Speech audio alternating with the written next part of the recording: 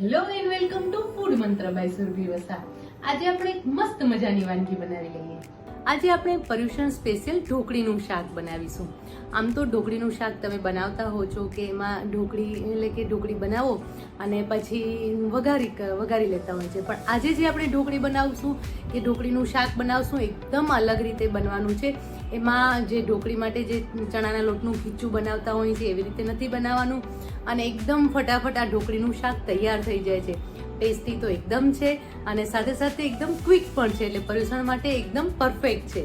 તો હવે આ શાક બનાવવાની આપણે શરૂઆત કરી દઈએ. ઢોકળીનું શાક બનાવવા માટે સૌથી પહેલાં આપણે એક કણક તૈયાર કરીશું, જેના માટે સૌથી પહેલાં ચણાનો લોટ લઈશું. ચણાનો લોટ એટલે કે બેસન લેવાનું છે અને લીસો જ લોટ લેવાનો છે.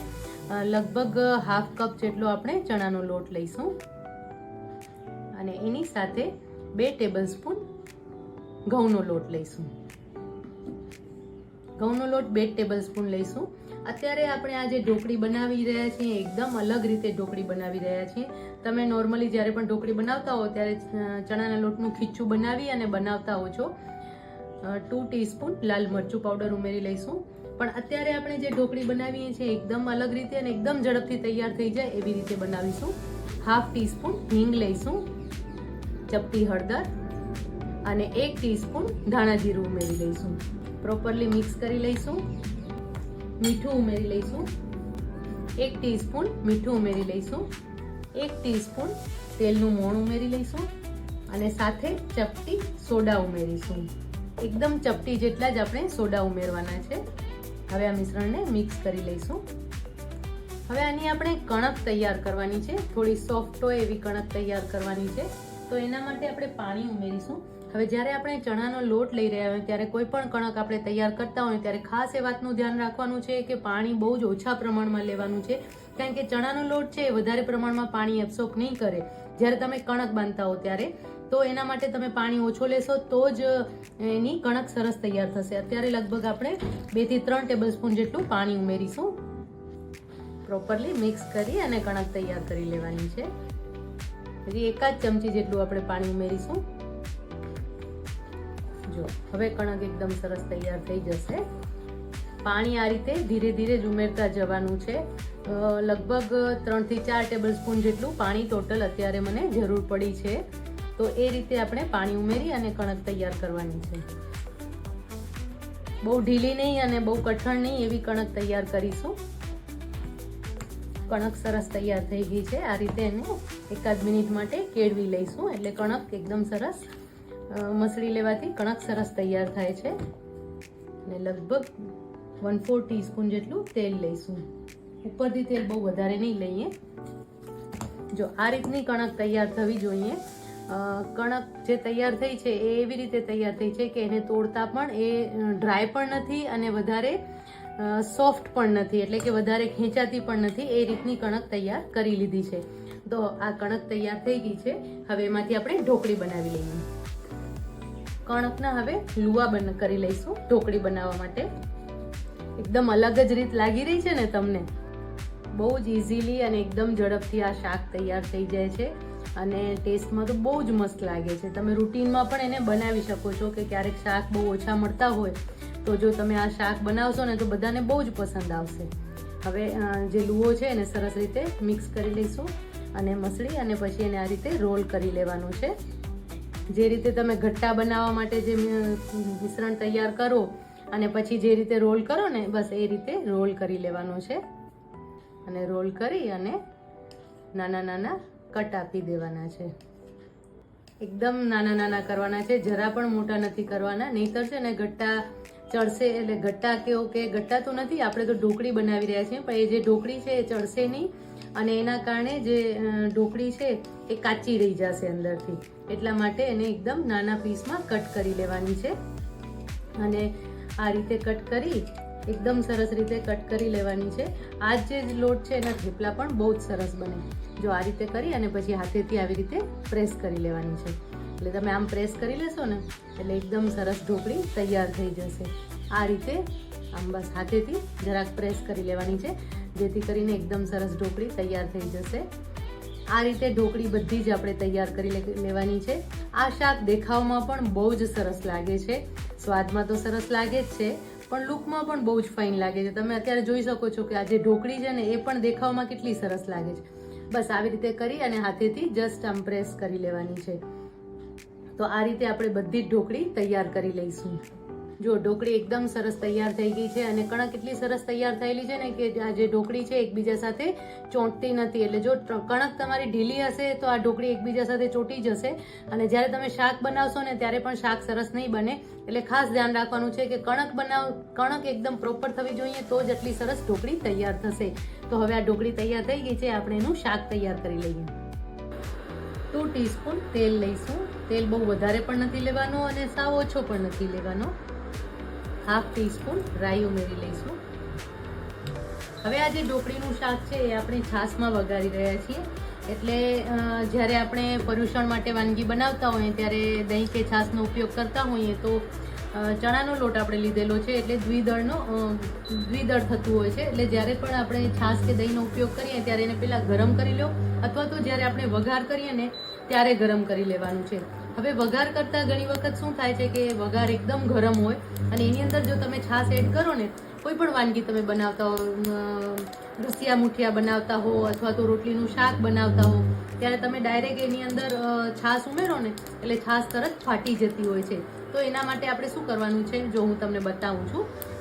રાઈ લીધી, હવે એની અંદર 1/2 ટીસ્પૂન હિંગ લઈશું અને 1/2 ટીસ્પૂન હળદર લઈશું. હવે સૌથી પહેલા અત્યારે તેલ એકદમ ગરમ છે અને આપણી જે કઢાઈ છે એ પણ એકદમ ગરમ છે, એટલે સૌથી પહેલા આપણે પાણી ઉમેરી લઈશું. જો આ રીતે પાણીનો વઘાર કરવાનો છે. પાણીનો વઘાર કરવાથી શું થશે કે જો છાશ તમે એકદમ ઉમેરશો ને તો છાશ તરત જ ફાટી જશે, પણ પાણી ઉમેરવાના કારણે અને હવે એની અંદર છાશ ઉમેરશો અને પછી તેને સતત હલાવતા રહેશો ને તો એ છાશ ફાટશે નહીં અને ગરમ પણ સરસ થઈ જશે. હવે એની અંદર અત્યારે હું લગભગ 1.5 કપ જેટલી છાશ લઈ રહી છું અને આ જે છાશ છે એ થોડી ખાટી છે અને એની સાથે થોડી ઘટ પણ છે. તો એ રીતની મેં છાશ લીધી છે અને આ છાશને હલાવતા રહીશું. કોઈ પણ છાશમાંથી આપણે કોઈ પણ શાક બનાવતા હોઈએ કે કોઈ પણ વાનગી બનાવતા હોય ને ત્યારે બધાને આ પ્રોબ્લેમ થતો હોય છે કે છાશ છે એ તરત જ ફાટી જતી હોય છે અને એના કારણે શાકનો સ્વાદ સરસ નથી આવતો હોતો. તો જ્યારે તમે આ પ્રોસેસ કરશો ને તો જે છાશ ફાટી જાય છે એ પ્રોબ્લેમ નહીં આવે અને એની સાથે સાથે તમારું શાક પણ એકદમ સરસ બનશે. હવે એની અંદર મીઠું ઉમેરી લઈશું. છાશમાં જ મીઠું ઉમેરી લેવાનું છે. 1/2 ટીસ્પૂન મીઠું ઉમેરીશું, કારણ કે આપણે ઢોકળીમાં તો મીઠું ઉમેરેલું જ છે, એટલે અત્યારે આપણે છાશના ભાગનું મીઠું ઉમેરી લઈશું. છાશ વઘાર્યા પછી એને સતત હલાવતા રહેવાનું છે અને છાશ થોડી ગરમ થઈ જાય પછી એની અંદર આપણે ઢોકળી ઉમેરી લઈશું. ચેક કરી લઈશું. હા, હવે જેવી જોઈએ છે એવી સરસ ગરમ થઈ ગઈ છે અને હવે એની અંદર આપણે ઢોકળી ઉમેરી લઈશું. ઘણાને એ પણ ખબર નથી હોતી કે છાશ કેટલી ગરમ કરવી જોઈએ. જ્યારે તમે જૈન સિદ્ધાંત અનુસાર કોઈ વાનગી બનાવતા હો તો છાશને કેટલી ગરમ કરવી જોઈએ. તો જ્યારે તમે છાશને ગરમ કરો ત્યારે તમે એની અંદર આવી રીતે આંગળી અડાડો ને એટલે તરત જ તમને ગરમ લાગે અને તમારો હાથ બારે આવી જાય એટલી છાશ ગરમ હોવી જોઈએ. તો એવી રીતે કરેલી છાશ જે ગરમ કરી હોય તો એ દ્વિદળ ન કહેવાય. હવે એની અંદર આપણે આ તૈયાર કરેલી ઢોકળી ઉમેરી લઈશું.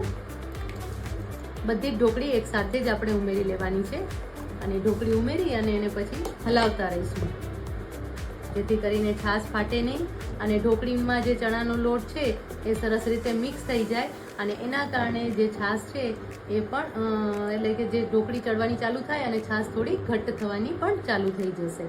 હવે આ મિશ્રણને હલાવતા રહીશું અને એને પછી થોડી વાર માટે ઉકળવા દઈશું અને ઢાંકીને એને થોડું થવા દઈશું. થોડી વાર મિક્સ થાય ને પછી એને હલાવવાનું બંધ કરવાનું છે, કારણ કે ઢોકળી પણ ચડવાની શરૂઆત થઈ જાય અને એની અંદર રહેલો જે ચણાનો લોટ છે થોડા પ્રમાણમાં એ છાશમાં ભળે એટલે પછી જે છાશ છે એનો ફાટવાનો પ્રોબ્લેમ નહીં થાય.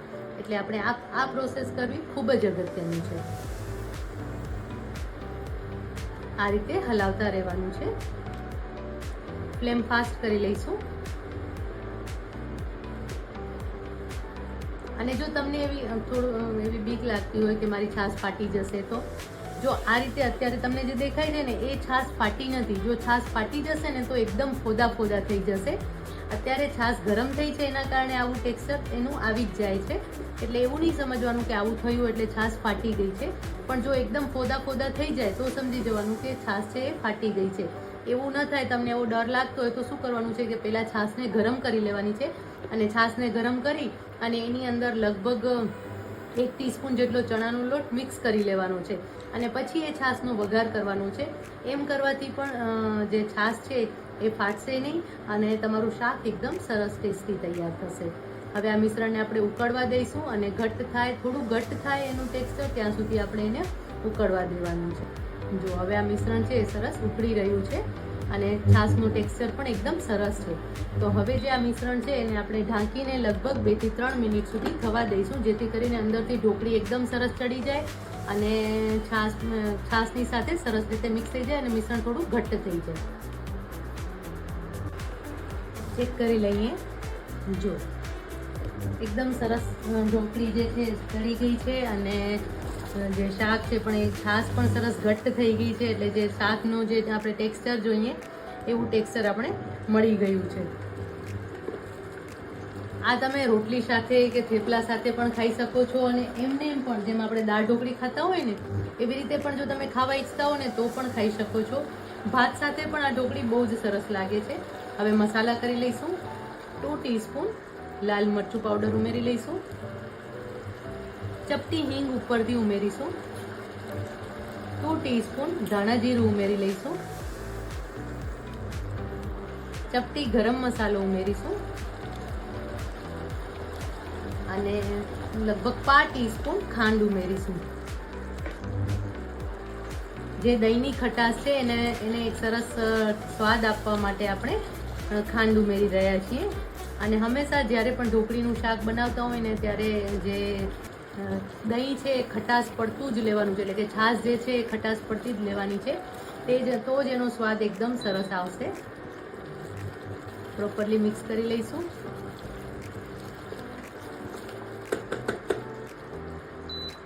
જો એનો દેખાવ કેટલો સરસ લાગી રહ્યો છે ને. હવે ઉપરથી આપણે શિંગદાણાનો ભૂક્કો છે એ 2 ચમચી ઉમેરીશું.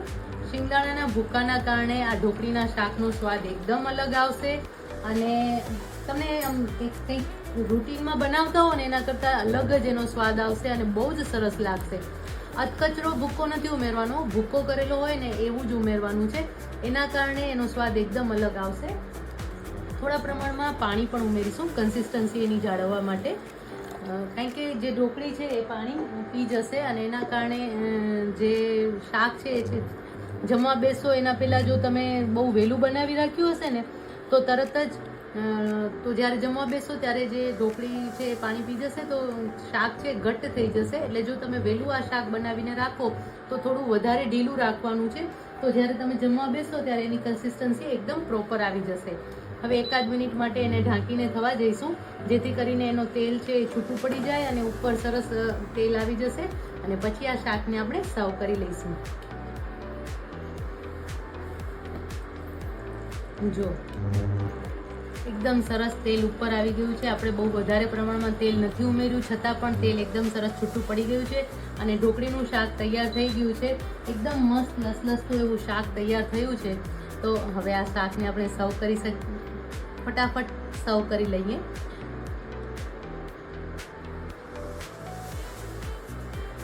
ગરમા ગરમ ઢોકળીનું શાક તૈયાર છે. આપણે એને સર્વ કરી લઈએ.